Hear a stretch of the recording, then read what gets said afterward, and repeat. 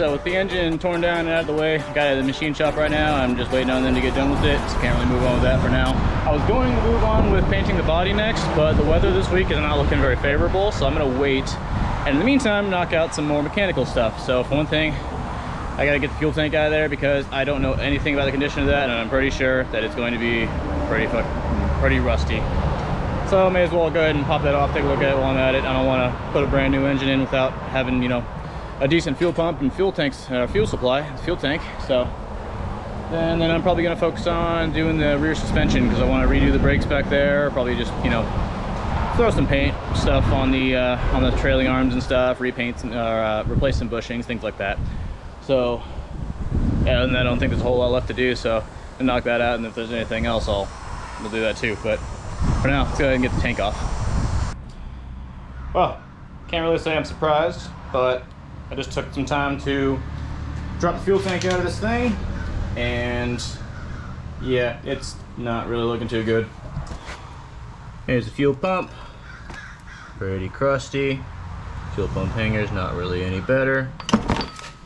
And if we get my flashlight, the inside is definitely not looking too great either.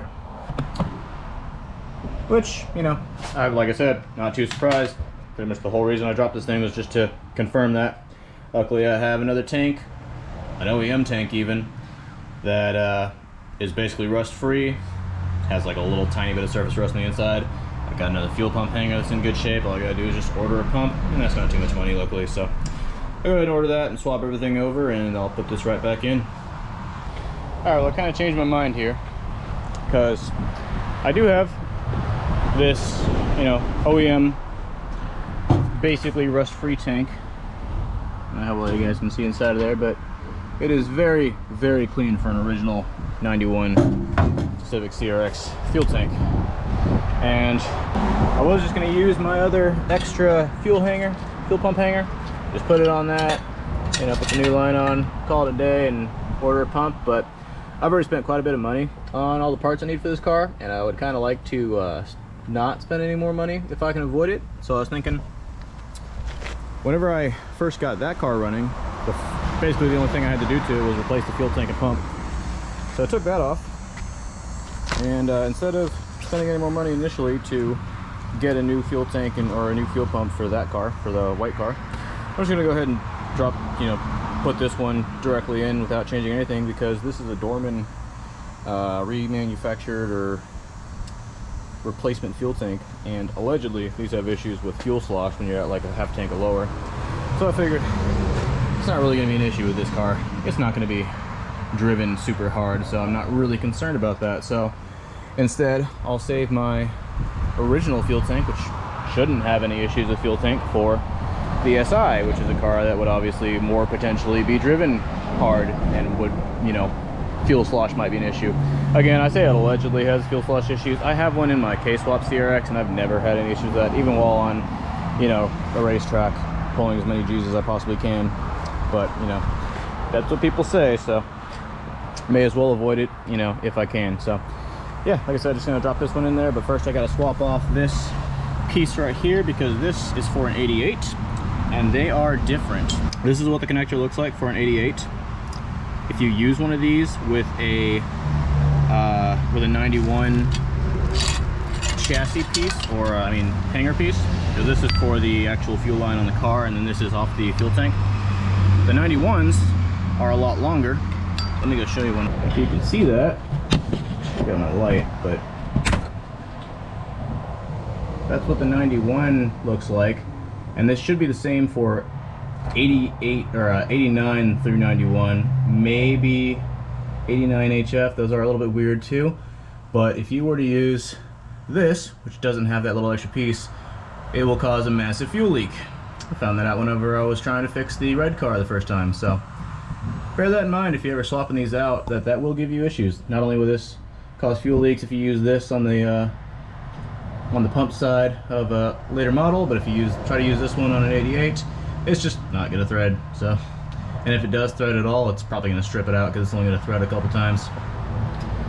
The more you know. All right, well, while I was going to take off the rear suspension and do all that, I was thinking if I do put it back on the car in the meantime, it's going to get a bunch of overspray on it. So I'd basically have to have it in my garage for the whole time after that to do all the paint work after that. So I think I'm going to go ahead and leave that alone for now. And it looks like the weather is going to at least not rain on me for the rest of the day, more than likely. So I'm going to take this time to go ahead and strip down the car, get everything off of it that I would not want on it while I start painting it. That way I can just roll it back in the garage once I finish with that, and probably after sanding it down a little bit so that I can just finish the rest of the work inside the garage and just have it up on jack stands. I probably just take off the whole rear suspension while I'm painting it, so I don't have to worry about any overspray, and I can work on it while things are curing. So I'm gonna go ahead and get that started. Probably just put you guys on time lapse for that, and then get back to you when I'm finished.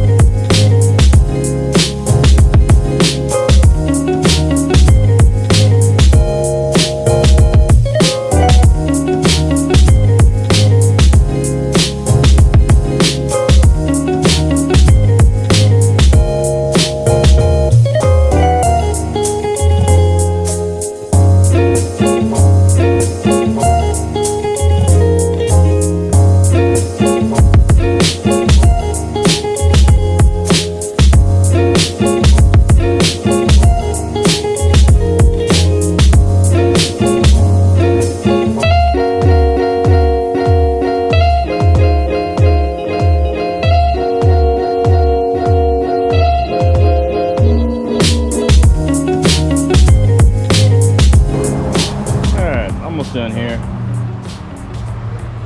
Still gotta take off the hatch, but started taking a break because got pretty tired.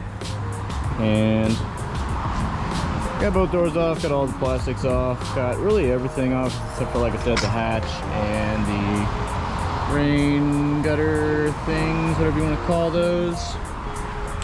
And I'm also gonna take the windows off too, but not just yet. I want to start sanding the outside just a little bit before I go ahead and do that. But yeah, everything's going great, honestly. Like, I was afraid that I might find some random rust or something, but these door sills are excellent. It's like the exact same on the other side. Like, nothing to worry about there. Maybe a little bit of tiny stuff here and there, but like nothing major at all. Nothing that can't be fixed with just sanding and painting. The rear trunk area looks like it's in perfect shape for the most part. Like, you know, it's a little dirty, but that's about it. Looks like it's never been rear-ended or anything like that. And to my surprise, the rear crash beam is not bad at all. I have seen better, but I have definitely seen worse. It's mostly just like surface stuff. The backside is not too bad at all. None of the holes were like the bolt holes were seized or anything. They're all in really good shape. So probably not going to immediately use this one because it's not quite good enough for me to want to be able to just put back on, and it's also not quite good enough for me to want to, you know, try to sand and paint myself. So what I think I'm going to do with this is I'm going to probably take it to my powder coat guy and get him to just powder coat the whole thing, and so that this thing will last forever basically. And I'm going to save this for a different build, and I have another one of these that's in much better condition, and it's something that I would be perfectly content to just, you know, do a little bit of respray myself with instead of worrying about powder coating it. And then I'll use that one in this car because, I mean, you know, I'm going to take this thing apart several times in the next, you know, several years that I own it, so I'm not too worried about it corroding and just rusting out from underneath me. But anyway, yeah, I'm gonna go ahead and pull the I don't know, I want to pull the hatch off, but I also kind of want to let it sit for there while I sand stuff, so I keep as much dust out of the inside as possible without having to do a ton of masking. But that is the next step. And then obviously pull the windows off, and obviously while I'm at it, pull the windshield off. So I gotta get that out of the way. But yeah, that's what's next. Just gonna start kind of sanding down the outside, scuffing some door jambs, get it all really cleaned up, put some sealies back onto it, push back into the garage, put it back on the jack stands, and get the rear suspension off. wrap up the front end so it doesn't get any overspray on it, and just start going to town with sandpaper.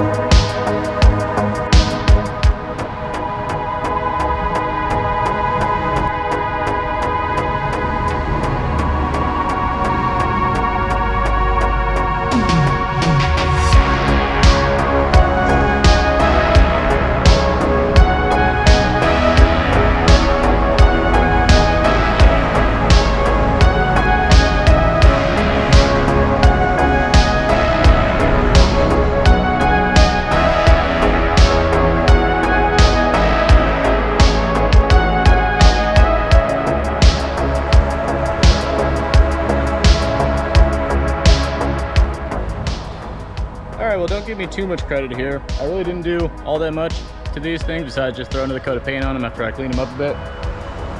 Obviously, I got the backing plates here for the drum brakes kind of cleaned up. They're obviously far from perfect, but they're worlds better than they used to be, because unfortunately these drum brakes pretty typically get just neglected and just yeah, they just kind of get all gross and rusty and they leak and stuff like that. So honestly, I really should have expected this, but I kind of just not so much didn't really prepare for what I should have expected, which is, you know, for them to be the way they are, because I don't really have any new pieces for these besides the actual shoes. So I wanted to get this knocked out before I got everything else finished, because now I'm gonna need to order new wheel cylinders and brake hardware because it's all rusty, corroded, etc., etc. I could probably get away with using the old brake cylinders. I've already kind of put one back here just to mock it all up and make sure I remember how it goes back together when I do get new hardware.